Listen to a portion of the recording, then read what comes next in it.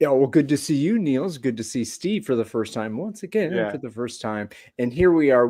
Welcome to Beta Codex Live. I'm Ryan Erickson. Below me is Niels Pflaeging, and this is not a hierarchy. He's not below me. And then No. my peer on the screen being Steve HEARSUM, our guest today. We were having a little bit of a chat about Rick and Morty. Who's Rick? Who's Morty? And I don't know. I don't know who else is. Would I be? Oh gosh, what's that sad sack of a father that they have? It's Oh always gosh. says, ooh wee. Oh. What's Ooh-wee. that? Ooh wee. But he Yes. dies. He dies several times then later. Well, everybody dies all the time, right? Yeah. Yeah, correct. Everybody dies. Oh, all right. Well, here we are to discuss many things, kind of inspired by a recent book that was written by Steve, and maybe a little bit of the history between here, but not to be completely constrained by what the book is. Correct. But I would like to. The book called No Silver Bullet. In what was it? Last year, you said it was published. Last year. Thanks, All right. Niels. You are officially now my PR. Now, do write the reviews on Amazon, please, because you have read the book. You haven't you, out there? Yeah, and especially if you don't like it, I'm waiting for people to actually say why they don't like it. To hate it. Yeah. Ooh. So okay. So by the way, I think it's an excellent book. It's a wonderful. Thank you. I enjoyed it very, very much. So Steve, please regale us with kind of who you are, who is Steve in a moment, and why was it important for you to write this book? So the nutshell is to who I am. I mean, the labels I go under, I suppose, are consultant, supervisor, coach, with bits of speaking and writing. I work mainly in what I would describe as the spaces where change happens, where human change happens, and the messier sort, and more of the in the moment stuff that emerges between people as they try and go about doing their work, or the organizing that we try and do in organizations. So the three areas that I kind of play in, one is leadership practice. I don't view much leadership development as anything other than largely performative. So I'm interested in how leaders show up and the impact they have and how we can help them raise their awareness of that. I do consulting and change agent skills development. I'm utterly agnostic about people's labels. I think we get too hung up on labels. And the third bucket goes under the very loose title or word of culture, which is that thing when clients come to you and say, we've got a problem with our team, or we've got a problem with our culture. Fine. Well, let's have a conversation about that. And then those three kind of overlap. And apart from that, father, husband, dog owner, proud European. Any other labels you want to put on yourself there, maybe? Oh, you said you eschew them. I mean, you really good pickup. So I think there's something here about labels which are ones which locate us in particular roles, but unless we can see when those roles become prisons, or when people use them to shy away from the conversations where the labels may not fit reality, we have a problem. So it's a bit like the easiest one here is the consultant as expert. Well, if you call me an expert or a thought leader, I'm likely to immediately laugh or challenge you, or a combination of the two. Certainly the thought leader one. It's one of my least favorite labels. Yes. Oh, wow. Well, so with that bit of context, why was it important for you to write this book? Your first, by the way, we should mention it's your first book. It is, yeah. And the second is just about. I'm just. Yeah, it is. Sorry about that. A typical self-therapy business book. Yeah. No, it is. It's quite autobiographical in a sense. Yes. It's you have this colloquial style as well. I highlighted this in the video that I produced about your book. It has a very nice, it's you talking in the book. It's not abstract. Well, that was deliberate. Early on, one of the things I did was I made it an open inquiry, and I put the early chapters up on a Google site and invited people who wanted to comment. And one person who did was the lovely Mark Cole, who's written some great stuff, very deep stuff on organizational development, and his new one's all about existentialism in organizations and leadership. And he said to me, well, you can write, Steve, you can clearly do the academic thing. That's not a problem. But what makes it different is you. It's your voice. Where's you in it? And so from early on, I started to go, well, okay, this has to be, I'm just going to let myself off the leash. Write it as me. It's very fun to read, very light to read, and you start most of the chapters with this direct, inviting the reader to think along with you and so on. It's very nice. Absolutely. I mean, the spur for it really was, there was one moment probably where it sparked, which was early in their kind of adventures. You should say it was when you met me in Amsterdam for the first time. That inspired you to get clearly, Niels. Clearly, it was. Well, okay. Then the next one, and then here is a content warning on the book. So those of you who do not care to read about Niels is quoted in the book. Yeah, he referred to very briefly. I was pissed when I read it. Just one page. What? Steve, I thought we were all right. Don't worry, you're on the short list to be interviewed for the next one. Don't worry. Right. Okay. So yes, the spark, please. What spark? So the spark. So 2014, I met Pim and Eustace, who founded the Corporate Rebels, right when they'd left their jobs, and they were at a holacracy workshop in Brighton. And when I was at Roffey, we then invited them just to come and tell their story. The second time they came, possibly 2015, 16. I hosted them again, and we had a group of 25 or 30, largely very experienced OD and change and consultants and coaches. And at one point, one of the Dutch guys said, we started our journey 2 years ago when we thought we'd find the magic bullet. And we've been doing this for 2 years, and we realized there isn't one. And that was obvious. That was well clearly that's not a surprise to me. Yeah. But what was interesting was the group, not everyone in the group, but the group, if you look at this through the lens of group relations, several times kind of went, but go on, there is one really, isn't there? And yes. I wasn't sure whether I'd misheard. So I checked during the lunch break with I can't remember, I think it might have been Pim and one of his colleagues. I said, is this me, or did you notice that? And they went, yeah. And that's what hooked me. I started to kind of go, well, how is it we all know that there's no magic bullet, there's no silver bullet, there's no easy answer, there's no quick fixes, and yet when somebody tells you they've gone looking for one and they've said there isn't one, yeah, we still want there to be one. It was that need, yes, that hooked me. So yeah. that was the kind of catalyst. The bit that kind of put the kind of set the thing afire was one of the early interviews with Graham Curtis, whose PhD is well worth reading. Whose theory of functional collusion just explained what I was trying to make sense of. It's like, oh, okay, unconscious patterns of shame and anxiety driving decision-making behavior in organizations. This pattern of buying and selling of silver bullets is driven by, amongst other things, shame and anxiety. Because if we admit we don't know, that there is no easy answer, bloody hell. Yeah. Well, you talk about shame and anxiety again. We talked about anxiety before, and then when we were going over the title, Peter Block. We were going over the title of this episode, and I was like, my original title was "Shame, Collusion, and Silver Bullets." That was what, because I was reading that, and Niels was like, "Shame again?" It's like, well. Yeah, man, shame. I mean, that's who are we as human beings if we're not hating the person we're looking at in the mirror, So, but that's is that so? But well, it's. I mean, the shame thing is interesting. So one of the things I'm really keen on in the work I do is I'm very aware of the abstractions we need to create in order to make sense of the world. So change is an abstraction, culture is an abstraction, leadership is an abstraction. We need to land the change, we need to drive the change, we need to deliver the change, we turn it into a thing. Shame is something slightly different in the sense that it describes something that unless you're a narcissist or you're a sociopath, that we all have some kind of a relationship with. Whether or not we are aware of it, we might just be aware of our levels of embarrassment. But embarrassment is my experience and my sense of I've done something wrong.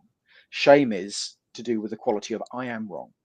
It is that deeper level of discomfort with some aspects of myself. Now, what I find fascinating, and you can only speak about this stuff, I think, ultimately through the first person. You have to, in order to kind of create the conditions for shame to be talked about, you have to start with I. What's my experience of shame? What's my experience of my shame? Not to say I'm going to spill my guts and tell you everything I'm most ashamed about. I would need to get to know you guys a lot better before I told you, there's a possibility I might tell you one or two of the things in my past that I really still, wrestle with. But my kind of, what's the word? My frame for how much I'm prepared to talk about my shame is probably wider than most.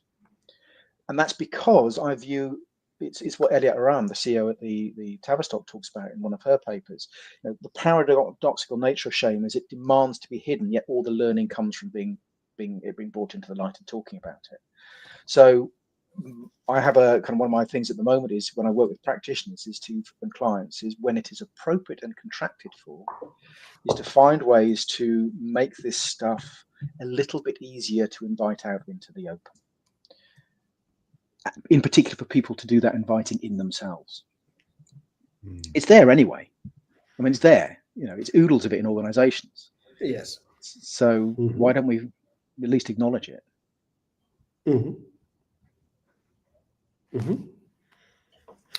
In the book, Steve, you talk about, okay, what is silver bullets and why is it so vicious, so successful? Why are silver bullets so attractive to us? But you also debunked, I just want to read out a few of the chapters. Chapter 3 is dedicated to leadership development as a silver bullet. For the business school problem, the business school and business school learning as a silver bullet. Chapter 5 of gurus, wizards, and thought leaders as experts. So the expert myth. Chapter 6, the mythologizing of theories and theorists. 7, the role of consulting firms, another silver bullet. Practitioners of change. Chapter 9, fields of practice or warring tribes. So you go deep into some of the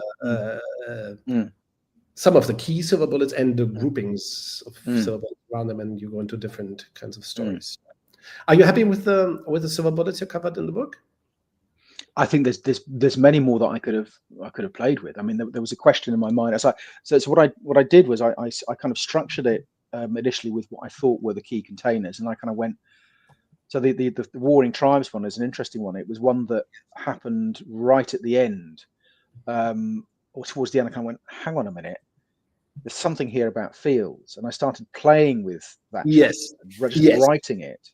Yes. And there are other areas I could have gone into. So, for example, I could have gone deeper into, another 6 months on, I could have gone deeper into AI. I mean, some of the stuff about AI now, it's classic territory. But that would be another.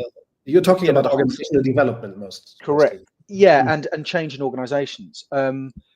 Yes. So for me, I think these were the things that struck me as if we're going to take anything to begin with, we have to start with what's in front of us. This is what's figural. Yeah. And we should disclose one thing about you that you didn't mention explicitly. And talking about fields of practice and warring tribes, we have been associated with the same tribe or field, which is OD, organizational design, right? That's where we went. Yeah, which is less of my identity. Less of my identity. I mean, I don't claim much kind of expertise or knowledge in that area. Yes.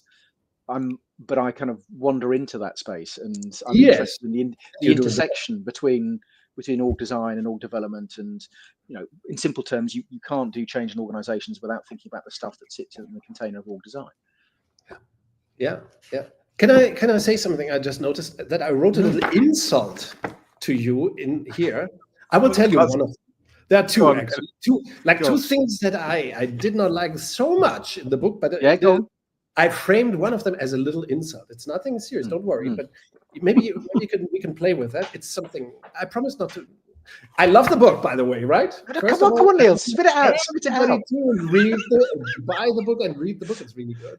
But I discovered a slight thing, and then I disagree with it. And I wrote here, you have the wrong heroes, Steve. Which ones are you thinking of? Exactly. Can you figure it out why I wrote this? Because I'm not quite sure. I'm not quite sure if I should say so. But this is So which ones? So This is something which for the heroes? next, I think. Which Overcome heroes do you, which heroes do you think I have? people who are mentioned in the book in your storytelling and who influence. Such as. One of the major organizational design thinkers, a female. Naomi. Yeah. Yeah, and isn't she guru in a field of practice? In fact, a warring tribe, demonizing everything that goes beyond the tribe, and so on. I think all organization design thinkers are victims of that. Subject themselves to this, by the way. The closing it against other influences and insights. There's disdain for other fields in certain fields, and OD I think is afflicted by that. Now Totally, OD is so the response to okay, so Naomi is a guru who sits in the sulfur bullet land. Steve, what's interesting? There's a difference here between. So there's that bit where it's actually in the book. I quote. I'm anticipating this from her. Where she eschews the label. She says, she was described by one of somebody in her network to a potential client as a guru, and she went, no, I'm not that. She's very clear that she's not. But what is interesting about something like Naomi, and Jervis Bush said a similar thing, which is they're very aware of the projections that come at them. And there's only so much they can do. And there's a tension for anybody who's doing work with clients who is an expert or a consultant or carries any combination of those labels, which is, and again, I talk about this in the book, what's the number one thing that clients look for in a consultant? Expertise. They want an expert. So in that context, the greater the anxiety, the more the projections are at play. At what point do you stop colluding with the client, or gently or directly say to the client, no? But there's always going to be that tension. I mean, I had this with a client recently. I was working with my colleague Nita, and we were working with a large group of leaders, and she stopped halfway through the morning, the first day we had with all of them. And she said to them, look, can I just check something out with you? I've got a hypothesis. I think that all of you think that me and Steve have got the answer. And we haven't. And even if you have, you should not disclose it because... but there's the interesting tension, which is, I think this is a fascinating point, Niels. And you're not somebody I experience who's shy and short on confidence. You're very clear in what you think. But you're equally able to be challenged. But one of the things I know in myself is that I would say the more certain I am that I'm right, the more suspicious I get sometimes. I'm far more comfortable when I notice I have a hypothesis. I go, okay, I think it might be that, and I'll test it out. After that, I might firm up on my assessment of what's going on. But I see my own excessive certainty as a clue that something's going on. Yes. The mind in me, or them, or between. Yeah. Well, this is interesting. Yeah, I noticed that Kurt Lewin, for example, is in the book, one of my heroes. He doesn't play a significant role in the book. I hope this will come up in the second book and the third. Well, it will. I think it will. Well, it depends partly also on my co-author, but I think it will. There is a book planned with a co-author. Now we got you. Very good. Yes. Yeah. Great. Yeah. Great. You can talk about it as well. We're about to announce it. I'm going to just tease you a bit more, but it's being written by me and somebody who's not a straight, white, middle-aged, grumpy man like me. And it's a she. She's an internal, not an external consultant. Okay. She's Romanian, speaks multiple languages, lived in about a dozen countries. And whilst there's tons of stuff clearly been written on all this, what I'm less familiar with is something that has been written about what it takes to do change work well in organizations, but combines the external and the internal lenses simultaneously.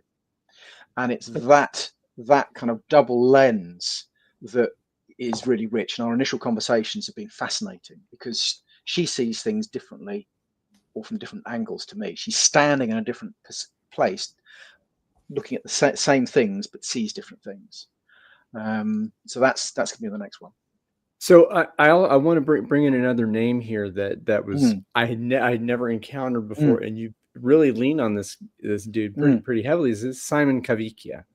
Yes. Yeah, the lovely So Simon Cavicchia. Yeah. Yeah. So how did you encounter his work, and what was the inspiration, and why does it play so deeply? Simon is a remarkable man and human being, and I respect him and love him deeply. I met him in 2005 when I started my master's, and that was one of the kind of, in my own professional but personal development, there was a kind of an absolutely seminal moment where he invited the group into a phenomenological inquiry, and he basically had us in a circle. He put two chairs in the middle. He sat in one. He said, "I'd like somebody to volunteer to come in, and we're simply going to talk to each other about how we're experiencing each other in the moment." And at that point, I still very much had a driver of, well, if nobody else volunteers for something, then I will. That kind of, a need to throw myself in. So I went, well, fine, nobody else is. So I went. And what he offered me in that moment was incredibly insightful and revealing and uncomfortable, and kind of pulled me up short in terms of my experience of myself. And during that master's, where he was one of the main tutors, I got to know him. We worked together on some work in the NHS afterwards. And Simon's work as a consultant, as a coach, and as a supervisor, he's deeply relational. He's Gestalt informed. He has huge compassion and humanity, and a deep interest also in shame, and fragility and vulnerability. And so some of the stuff he's written about, for example, around shame and the coaching relationship is really rich and interesting. He doesn't get enough. People who meet him are always blown away, but he's not the world's greatest self-publicist. So I try and do a job for him of talking about him. But his stuff on shame and the coaching relationship, for anybody who does coaching, is required reading. So yeah, I asked him to co-write the book initially, and we then agreed that, because of his busyness, that he would co-author the second chapter. And we then got to the point where Mark Cole, who was editing, did an edit for me, said, "It's great, but it's in such a different style. It's so jarring." And then I agreed with Simon that I would write it HEARSUM-esque, but make it very clear where the inspiration was. And again, a mark of his generosity that he just went, "Just do it. It's your book." But he is one of the reasons why the book is as it is. And that second chapter has got his paw prints and his thinking woven throughout it. Well, and that, again, being a huge chapter, also, and again, you spend a lot of time in psychology there in the book, I think, which is wonderful. And it's again, if those of you who are impatient and who have ADHD like me, we only would read one part of this book, that first part is juicy and wonderful. And when you mentioned about Simon's demeanor, about you wouldn't think he's the kind of people are awed when they're with him, but he doesn't kind of scream at himself. But one of the chapters, however, in the book about gurus, you mentioned this particular guru who is very good at telling himself to the world in very nice little digestible snippets that people will say, "Oh God, so true, so true, so true," 30,000 times. Yes, he of the golden circle. So that's an interesting distinction. So the guru factor, some would call the gentleman two squares to my right here a guru, and that. What's the distinction between folks who say challenge and folks who say, hey, celebrate me? Well, it's a really great question. My answer to that is, what I immediately went to is if you have no sense of your own absurdity, then you've already blown it. So there is nothing wrong with being certain. There's nothing wrong with building a brand and saying stuff. But if you have no capacity to recognize your own absurdity, or to consider the possibility that you might be wrong, or you have got no awareness of how, and I'll give you one example.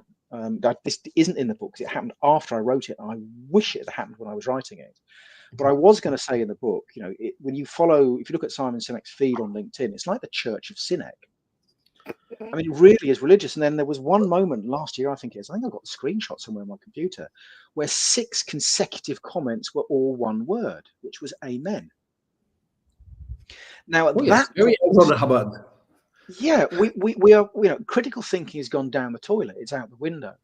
And the fascinating thing is those that I have on occasions dropped onto his feed, and I've kind of critiqued and gone, look, I think it's a bit more complicated than this. And it's been really interesting, the responses I get from other people in the church. Normally there's a kind of defensiveness, and once or twice I've had a couple of people going, do you know what, that's a good point, I'm gonna have to think about that. And that's all really I want, in that sort of exchange. The guru thing is, I think it's no coincidence that many of the gurus are men, many of the gurus are white, they often are incredibly certain. And me and you, Niels, are very certain in how we come across. But my sense of you, and I'm certainly the same, is I'm quite comfortable with people saying to me, I think you're talking bollocks. And here's why. Well, great, let's have the conversation. But there's that certainty and that aggression, when it is not coupled with humility and are not coupled with an awareness of impact and an awareness of the dangers of people swallowing your message whole. That to me is deeply problematic, because that is a short hop, skip and jump to what we're seeing in the political, let alone the organizational circle. Could you even imagine Cynic going into someone else's feed and challenging and saying, oh, that's bullshit, or saying something about that? Because I can't even imagine that kind of, because one of the things that Niels and I kind of came together in the very beginning was him just kind of challenging each other. Think about this. Think about it. Think about it. And that's kind of a standard bit, and kind of be able to go, and like you're saying, to be confident and okay, you can say we don't have to agree. We don't have to agree. And there's a guy whose name escapes me. He's a guy I've connected with recently on LinkedIn, whose area is critical thinking. It's what he does. He does stuff around in education, and he's a fascinating man. And he wrote something that I loved. He basically said, all this talk in organizations about we need to become more aware of we need to challenge our assumptions. And he went, yeah, but you can't challenge them unless you actually realize you've got assumptions. How do you know you've got assumptions? Unless you recognize that you're assuming something, you've missed the key step. And that really, I've been chewing on that since, because we are moving so fast and we eschew nuance and ambivalence so much that it becomes harder and harder to slow down and go, excuse me, can I just check what you're assuming and what I'm assuming? And can we just have that conversation? And that gets lost in the thought leadership stuff, because the thought leadership industry is predicated on certainty. And it comes from, its roots lie in the management consulting industry, and consultancies churning out papers and books to both raise more anxiety in client systems and to act as both explicit and implicit sales collateral. I think this also gets to collusion. I mean, and this is very, very much into the leadership development purveyors, the business schools, and the consulting firms, all in collusion to light the fire of uncertainty, and said, oh, who are you going to seek for certainty? Who are you going to seek for the salve of that anxiety and that neurotic, that people pointing bullets at me? Oh, I now have Steve to come in and solve all the problems of fix our culture, the thing that is our culture. Please fix it, because But that need is, and it was earlier my kind of, after I left my last full-time job at Roffey Park, I had a gig where I was working 2 days with an internal team of change practitioners. And in the first half an hour, one of them said to me, well, why should we listen to you? Which was both a great question, but also really telling. And my response was to laugh. I didn't plan on doing it, but I did. I laughed. I said, you shouldn't. I said, I know some stuff. I've got some questions. I may have some suggestions. I wouldn't say necessary answers. That was kind of the flavor of my response. But this idea that in the framing of that question, that it's not so much the challenge that I was intrigued by, but what to me was the underlying need. That you should listen to somebody with a tacit expectation that they're going to have the answer. And that's not the offer. That's not the offer. Because it's a bit like this thing, Niels, we've spoken about this. The idea that what works in one context is going to work in exactly the same way in another context. If that were true, then of course you should listen to me, because clearly what I've told them to do is going to work in your context. I would say to my clients, if they ask me something like this, I would say something like, the point is that your theory is crap, and the theory that I can offer you is far superior. You will still have to find the answers for yourselves, but the theory is pretty compelling. Yeah, but I think that's a moment, and you come with a particular approach and frame. But I think there's a paradoxical nature to Beta Codex, which is, on the one hand, at face value, it says this is the way. So if we go to the Mandalorian, it's the Mandalorian moment. This is the way. If you like, your Star Wars. Yes. But on the other hand, the moment you wander into the Beta Codex environment and the open space type interventions and so on, yes, they by definition are conversational and dialogic and don't offer easy answers. Yes. So my interpretation, Niels, and my argument would be is that your approach is it's almost a Trojan horse and a way of playing with a client's need for an answer. But once you've lured them in, they're still going to have to deal with all the shit they'd much rather that you gave them the answer for. Well, and that's down to the first principle. And I think you hinted at it just a little bit there, is that it's this dependency thing. And I didn't get that for the longest time, that we're talking about self-organization. And that is the absolute opposite of dependency. Right. And so, and then, Mom, Pop, can you please give me an answer? Because I need to be certain. I need to be safe. I need to be okay. And then in the beta world, right, at the core of this periphery, we are together. You and I are in this shit together. And I'm not dependent on them. We are dependent on each other. We are holding each other to account. And that takes adult behavior. Right. That takes having that conversation, those unspeakable conversations, to have that density with each other. That how are you and I going to get the resources that we need to solve that problem for those folks that we care about? And that's not the senior vice president of bullshit telling us what to do. This is us having a conversation and being independent, having this freedom to go into it, and that is totally, that's the Trojan horse. It's like, well, okay, well, now what? But now the talk to each other. The challenge I see with that is, we can talk about the shame and anxiety and the jeopardy of working in C-suites. But I had run a session yesterday, a webinar with Paul Sweeney, who wrote this recently, and Paul does a really good job in it. But book called Magnetic Nonsense, for those of you who might be listening and not watching. Magnetic Nonsense. The biography of Brené Brown and Simon Sinek, something like that. Right. No? Yeah. So he's written a book called Magnetic Nonsense: A Short History of Bullshit at Work and How to Make It Go Away. One of the most. That's a great title. I would buy that book. Yeah. Yeah, it's a great read. What he does is a brilliant job of kind of splaying out on a table all the nonsense. What he doesn't go into, and we talked about this, is just that in my book, I go more into, well, why? Why is it that we believe this stuff? Why do we need it? But the chapter in here that really, one or two chapters that really is still rolling around my head, is he talks about the research around power and how the more money and power that people get, the less empathy they have, the less understanding they have.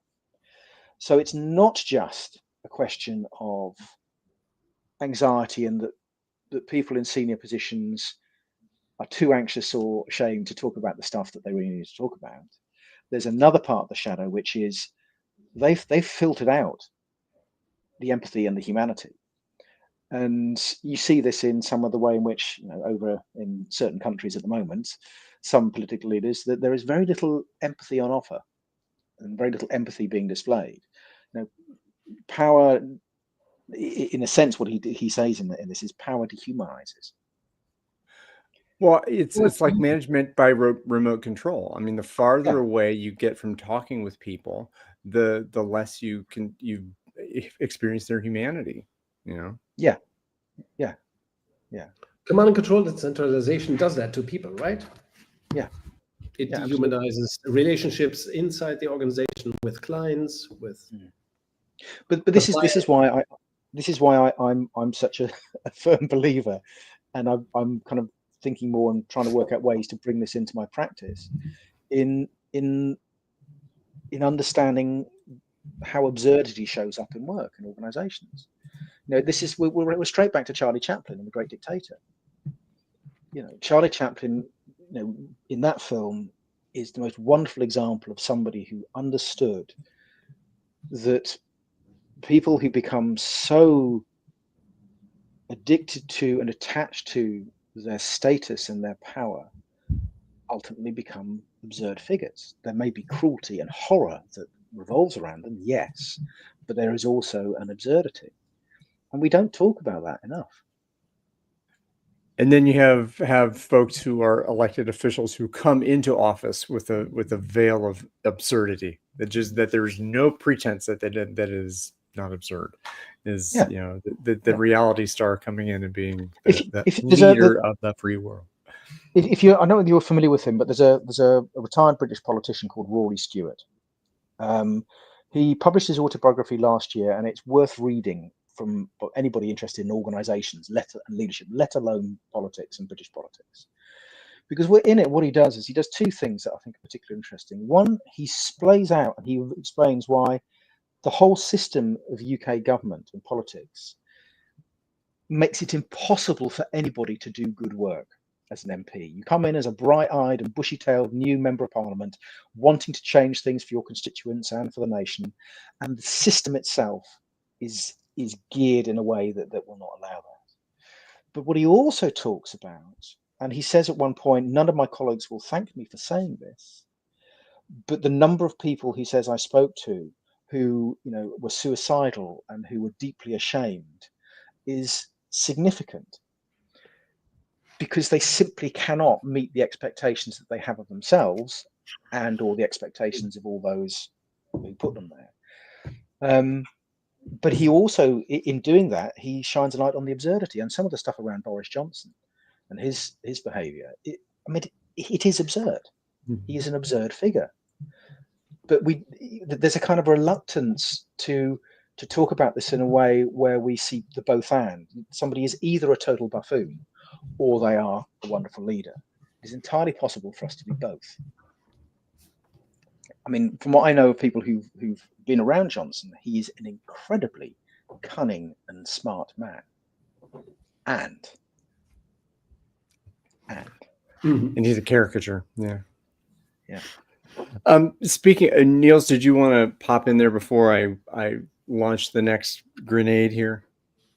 Oh my goodness! It's not a grenade. Grenade? No. I think it's I would like to highlight at this point that this is a book that I think Steve wrote to, you know, explore critical thinking about what happens in organizations and change. You know, so it's very much what we had another debunker here in a conversation, Ryan Todd Bridgman, who does this academically with academic papers, you know, debunking it in business school teaching material and so on. And I think what you do here, Steve, is a wonderful examination of nonsense and bizarre. I've got a new story for you. Right? Oh yeah, okay. This is from last Sunday. I had a message last week from a lovely 23-year-old student, and she messaged me and she sent me an email. She said, "Look, I've come across you. I'm doing a 1-year virtual MBA at the University of Birmingham, and I'm really struggling because it doesn't make sense to me." And she was basically saying, "I'm doing this. I'm talking to my lecturers, and they can't answer my questions.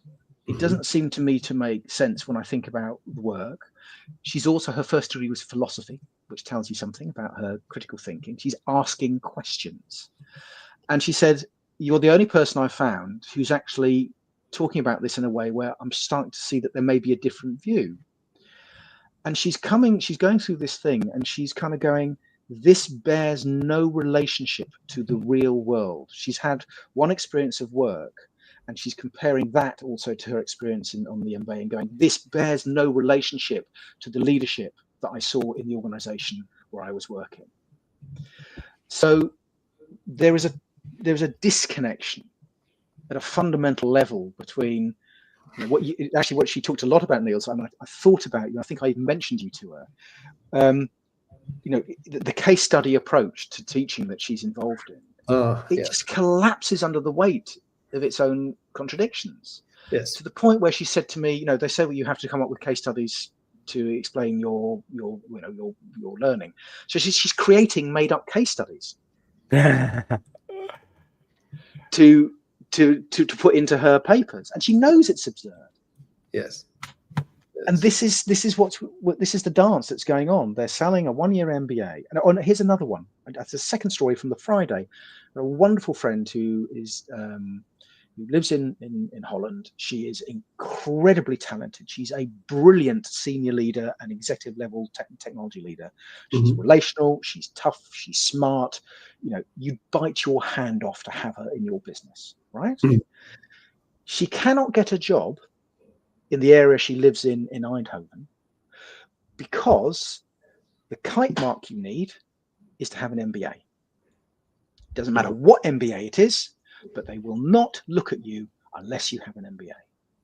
And she's doing one because she can't get a job at the level she wants there, no job, without the MBA. But simultaneously, she's fully aware of the fact that really, she's not really learning anything. I mean, she said, yeah, I'm learning some stuff, but nothing earth-shattering. Nothing of substance. Nothing that will make her a more effective senior leader or practitioner. That, to me, is the definition of absurdity. Yes. We want our leaders to have our applicants to all have an MBA. Why? Why not a master's in philosophy? Or English and theatre. Or English and theatre, like me, yeah. But I would say that you'd be far better off employing a senior leader who doesn't have an MBA and has a first degree or a master's in philosophy, in law, in sociology, in any of the disciplines where you have to think critically, unless you're doing a technical role. It also hints at the absurdity of recruiting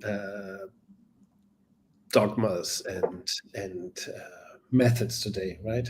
Yes. Well, that's also the certainty thing too. All right. So I don't know. I can't trust that you know what you're talking about unless you have that kind of credential. I have, as a recruiter, a sense of certainty that you will make me look good because you have an MBA. Well, that's really interesting. I think there's a fascinating thing there in terms of it's a both andness. If I'm about to have brain surgery, then I want my brain surgeon to be credentialized. I don't want them just to have learned their neurosurgery in the School of Life, right? But where are we actually asking questions about credentials and about labels, where they need to be asked a bit more toothily and with a bit more thought? And where are credentials useful, and where are they just a way of managing anxiety or deflecting or denying something? I don't have an answer, by the way. I have the question. Well, this is complexity and complicatedness, I think, also, with that when you can demonstrate skill, when there's a very obvious kind of a way to track. Well, if you screw up a surgery, somebody dies, right? If you screw up a consulting engagement, you still get paid and you get to go have the next consulting gig, right? So, and there's also this idea. Well, it's the relationship between your neurons and your dura and your amygdala. That's not unpredictable at the way that you and I having some kind of conversation is. So it's what's the context, obviously, right? I mean, that's one of the whole big things that there's contextualization is kind of out the window, and that's the context on what's at stake. What's at stake? You know, in order if a human life is at stake, well, there has to be there's a baseline of competency.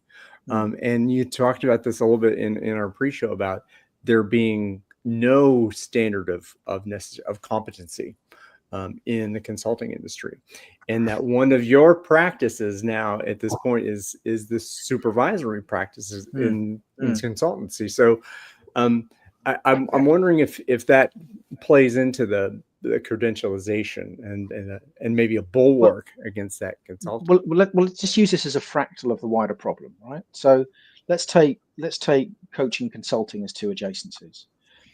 If you want to get accredited as a coach, you can go to the ICF, the MCC, and various other bodies.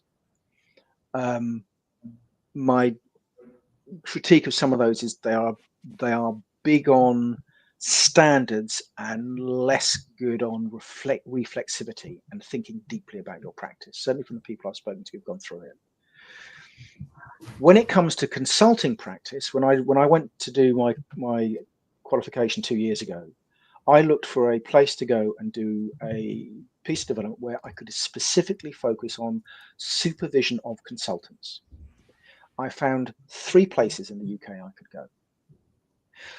I could not find one body that would accredit somebody specifically as a supervisor of consultants.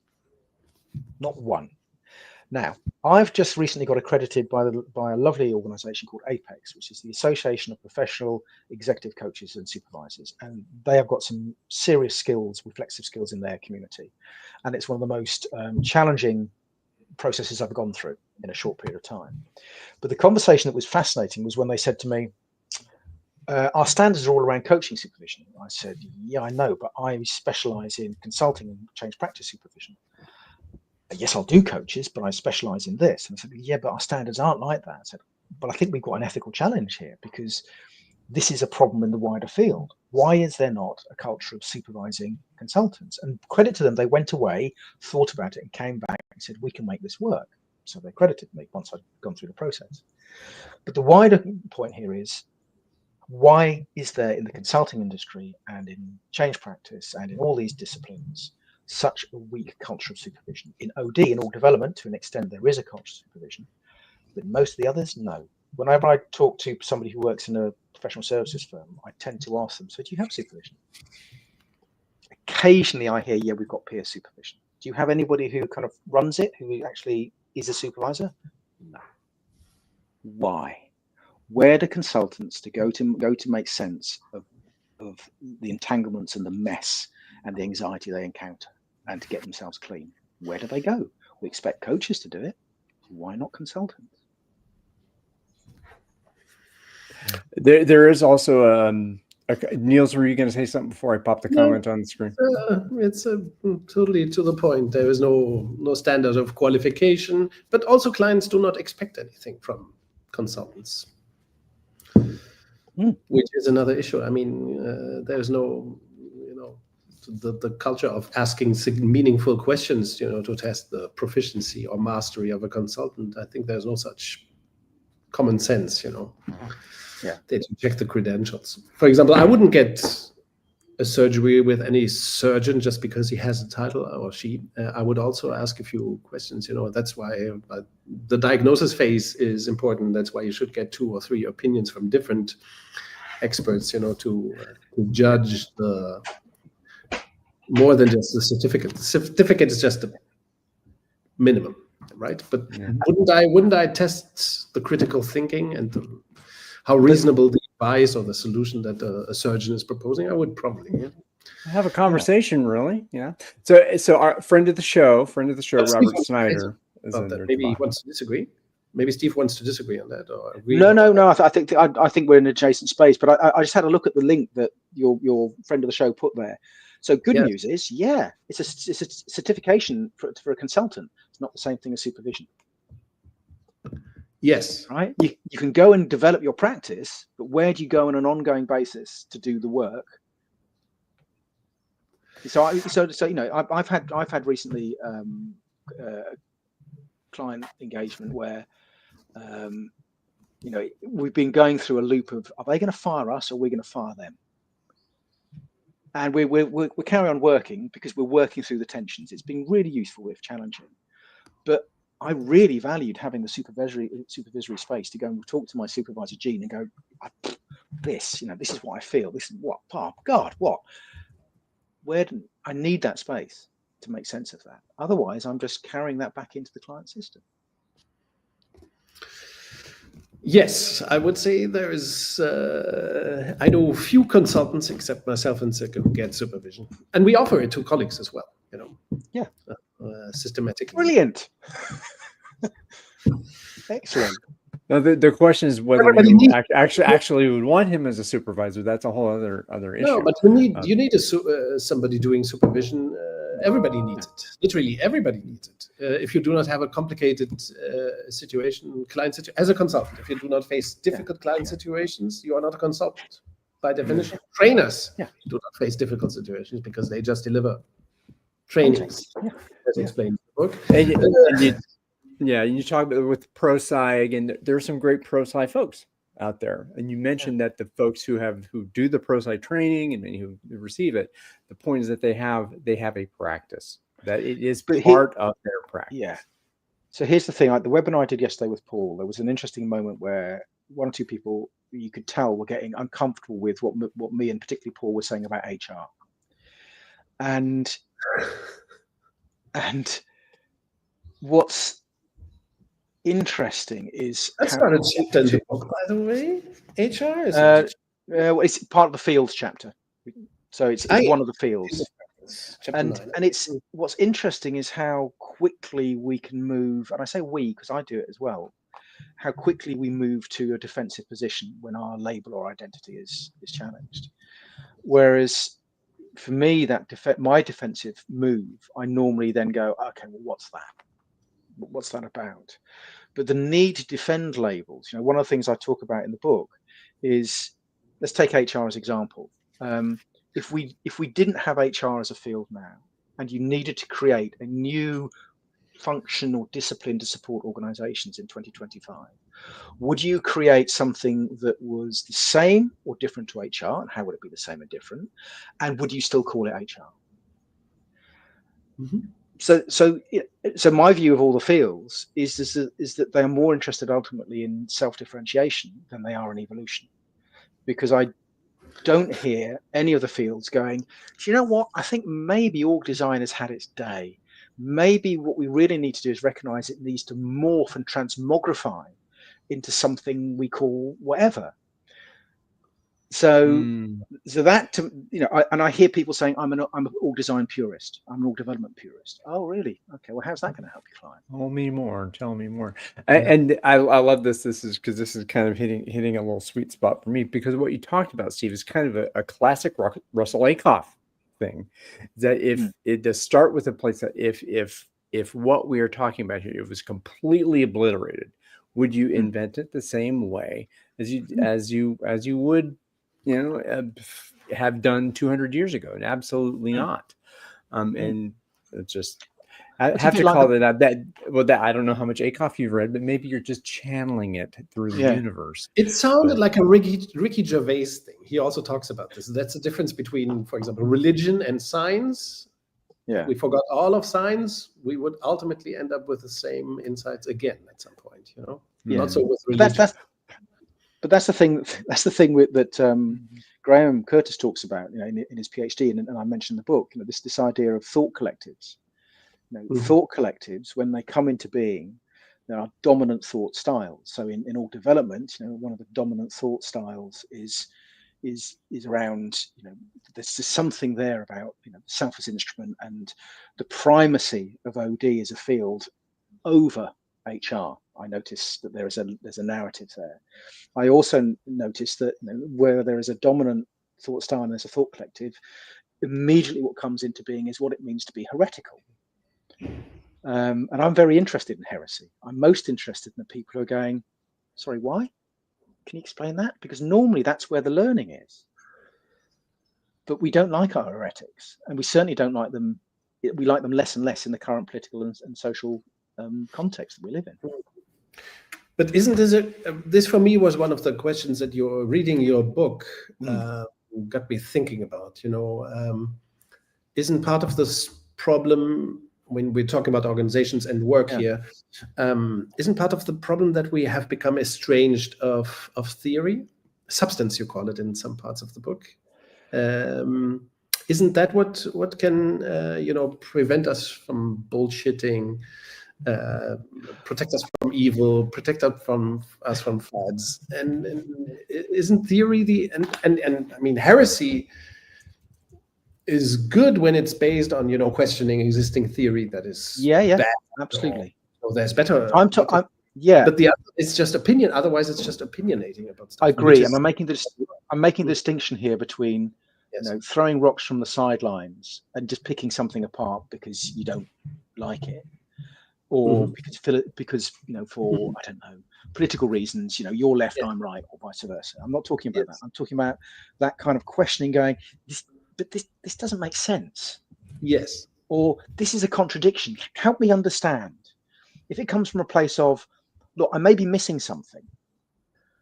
Help me understand. And I'll give you two examples of this from cases from my work. So there's one guy on a program who was the guy who asked me, why should we listen to you? And at one point during that 2 days, he said, yeah, you'll soon learn I'm the organizational cynic. And I said to him, well, that's interesting. I didn't understand. What? He said, you'll soon learn I'm the organizational cynic. Oh. So I'm the person who, and I said, oh, he said, that's interesting. The participant said that? He said okay. that. And I said, do you ask lots of questions? Well, do you ask lots of questions that people find difficult to answer and don't want to hear? And he said, yeah. So you're not cynical. You're just asking questions that people don't want to answer. And I have another friend, the lovely Richard Gold, who's a great guy, used to be a strategy consultant, now does loads of stuff with Lego Serious Play in a very inventive way.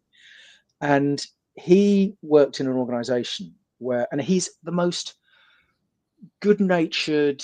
He's not like me or you, Niels. He's the antithesis, Niels, of you when it comes to how he would challenge. But he's good. He will ask a question in a really kind of gentle, but what? And he was kind of more or less marginalized and eased out because he sat in this change consultancy going, but this doesn't add up. It doesn't. Sorry, how does it? He was heretical in the most gentle way possible, and he was excommunicated. Okay. And it's that kind of conversation that I'm interested in. It's those people who are asking questions in that way that I think we do a disservice to, and we do a disservice to ourselves by not going, well, come on, then come a bit closer and let's explore that. It's a bit like what you create with BetaCodex, right? So BetaCodex, my fantasy is that when it works, when you do it well, what you're doing is you're creating the space and you're scaffolding it in such a way that the people who would be excommunicated or too afraid to come into the space to offer their observations and ask questions because of the way power works now have the permission and protection to do so. I'm not quite sure if I understand. Excommunicated means excluded? Yes. Yeah. Cast out. Cast out. Yeah. Yes. I mean, I watched the Wick films, the John Wick films with excommunicado, etc. So somebody would be excluded. So what I'm saying is that what BetaCodex, it's called mobbing. Correct. But what BetaCodex does, it's one of the ways in scaffolding a space so that the way that the power that would normally create patterns of exclusion or make people heretical, there is more permission and protection for them to go, actually, can I just say? Sure. Because it's inviting multiple perspectives. Well, I think there's also a thing here too, is that there's an atomization when you've got people who are just individual, they can just be squashed. Like, we can kick you out in a traditional, hierarchical kind of alpha organization. And in a democratic organization where we have that kind of decision happening, there's a solidarity, right? Well, okay, so he goes nuts on it. But that's how I consider one of the outputs of social density is that because we are in this together, because we are an ensemble, that there is strength in our unity, as opposed to the uniformity. So please, Niels, disagree with me. No, I would add that, I mean, alpha systems, that's why the BetaCodex exists as a concept and a movement, is because alpha organizations are by nature authoritarian or laissez-faire or paternalistic and evil, and operating by fear. So beta, of course, it needs to and is by definition, it wants to create a space scaffolding. You said wants to the beta organization is by definition and has a challenge to be democratic and not relying on command and control and not relying on centralized steering and relying on human capability and motivation. That's why Douglas McGregor is such a big hero. Kurt Lewin.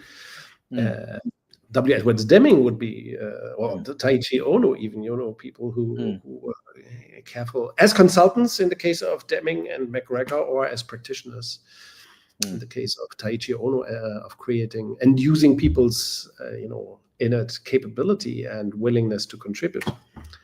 So I would say beta is just radically democratic. So, which is why I never understand why people would be questioning. Beta makes sense. I want totalitarianism. Please give me more totalitarianism. Are you a fascist? If you want to question democracy, that's okay. You can be a fascist, but not here. Good old fascism. So as we're approaching, I know we have a bit of a time constraint, Steve. Yes.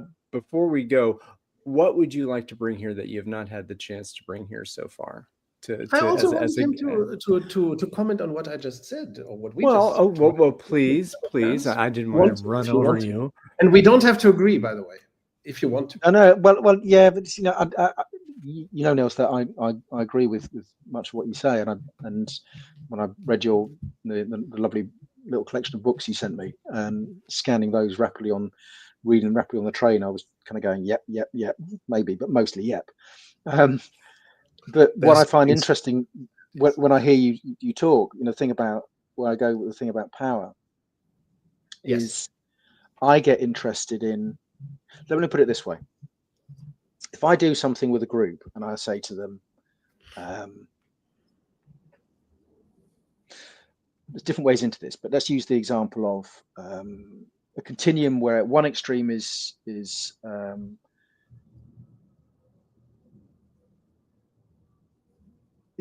managed change or is control, and the other extreme is emergent change. And you say to them, well, where do you naturally stand? And there'll normally be a kind of a spread, and depending on the organization, the more totalitarian the organization, the more people are at the control end, the more kind of relaxed and loosely scaffolded, there'll be a few more people who are comfortable with emergent. But the pattern normally is a bit more towards the kind of managed end. But when I say, where do you go when you're stressed or when the shit hits the fan? And most people will move towards control.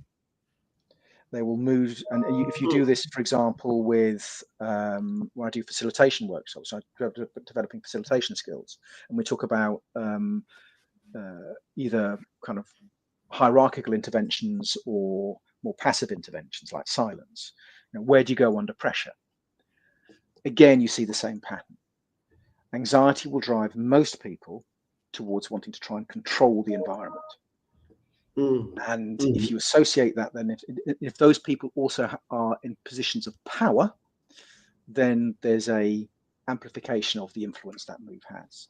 So this is just a noticing in terms of what you said. So I guess what I'm saying is, what you're doing and what we're doing is we're kind of wrestling with and wrestling against some really unconscious human needs, and we see this at the moment in politics and the growth of populism. We're seeing people wanting to move for people who are advocating the use of more controlling and overt forms of power to change things. They're not moving towards dialogic or conversational or inclusive or democratic ways of change when the anxiety grows.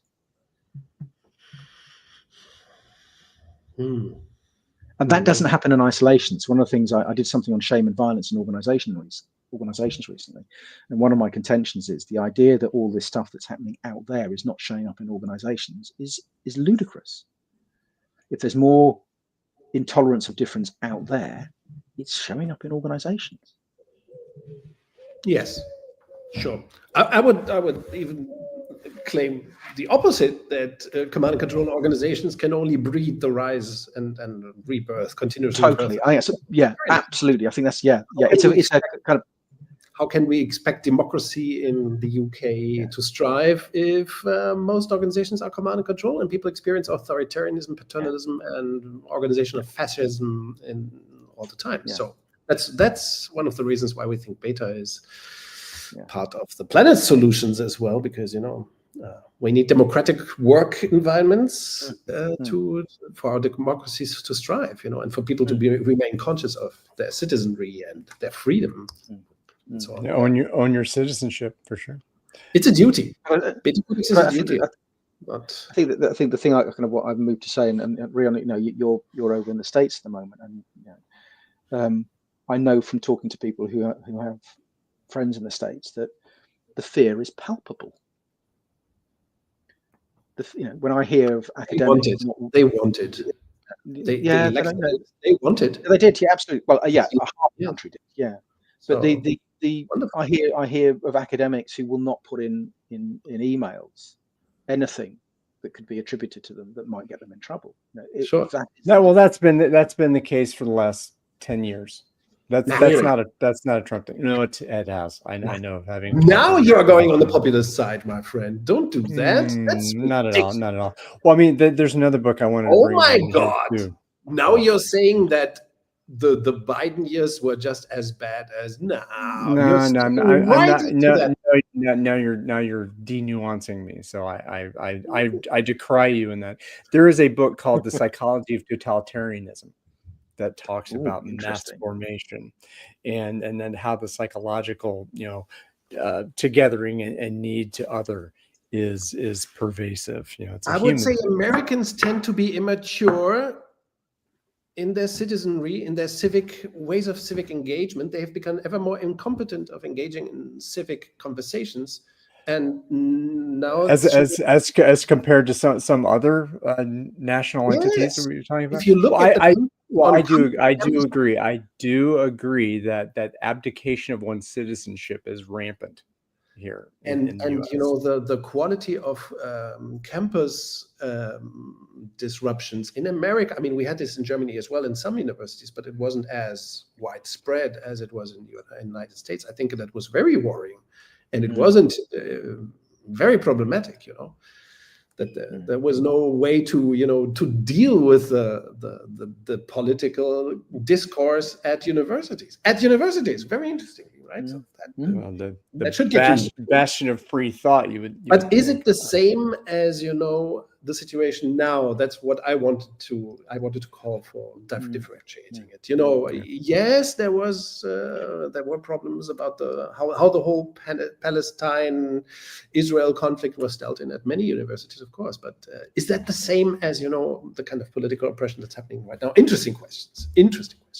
Did you have this kind of conflict in the UK as well on campuses, Steve? Not because we here in Germany as well. I do not blame the United States for exclusively.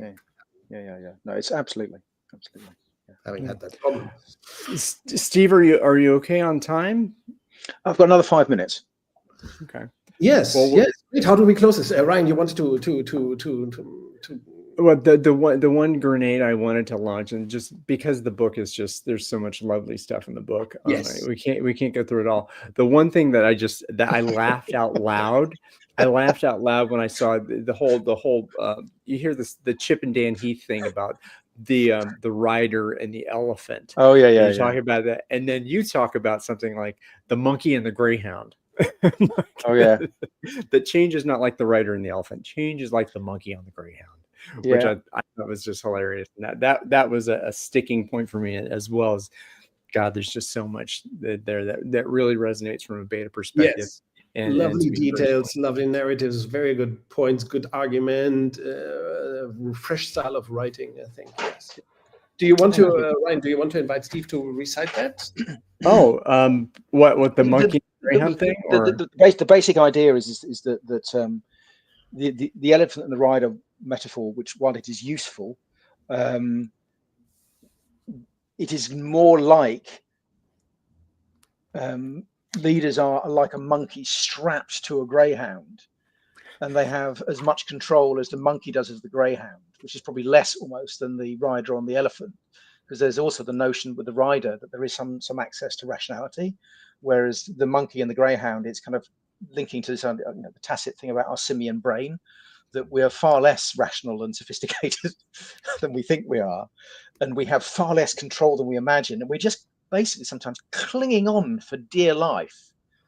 And there's something also about the speed, which is the elephant, they can move relatively quickly, but the rate of change that organizations tend to be experiencing often is more greyhound-like than elephant-like. Fabulous. And again, as Ryan already mentioned, the book is full of these delightful passages. Yeah. And the good news is, in about 2 to 3 weeks' time, it will be available as an audio book. So if you want to go to bed with me or have a dog walk with me, you'll be able to listen to me burbling on there as well. Yes. We've now reached the not safe for work section of this particular video, because Steve is asking people to go to bed with him at this point. Correct. With the voice, with the master with the voice, the dulcet tones of Steve HEARSUM. So, Steve, thank you so much. Niels, would you have a final appreciation, a gift that you've received from Steve today before we land this show? We just had to have this conversation with you, Steve, about this book, because it's just so beta, Lovely. And this is not meant as an insult. So wonderful to have you, and hope to have you back. Talking about consulting would be something, Yeah, that'd be awesome. Yeah, that'd be interesting. Because I think you went into that very beautifully. Why is consulting so bad? Let's do it. I'm up for that. Yeah. And of course, at a certain point, we want to hear more about the new book as well. But as soon as it's announced, Niels, I'll be in touch. Yes. And we have this other conversation. Yes, we do. This is part 2, part 3, and all that stuff. And again, this will be rebroadcast live. So, Steve, I'm going to also tag in some comments, and we can all have some more commentary in real life. I'll rebroadcast it later for those of us who don't want to wake up here either at 3 a.m. in the West Coast or 6 a.m. in the East Coast. So, everyone out there in beta world. So, pardon? Get the audiobook if you want to hear more of Steve's beautiful voice. Soon to be in the market. Soon to be in audio. Buy the book, give a review on Amazon, all that kind of good stuff. Yeah, especially if you don't like it. But if you don't like it and you do give it a 2-star or 1-star, please say why, because the one person who gave it a 2-star didn't say why. And if they didn't get it on time, Amazon didn't deliver it in the timely fashion. That's why they gave it a 2-star review. That's rampant. Yeah. So all right. I think this is a wrap. See you very soon. We will. Bye. Bye-bye. End stream.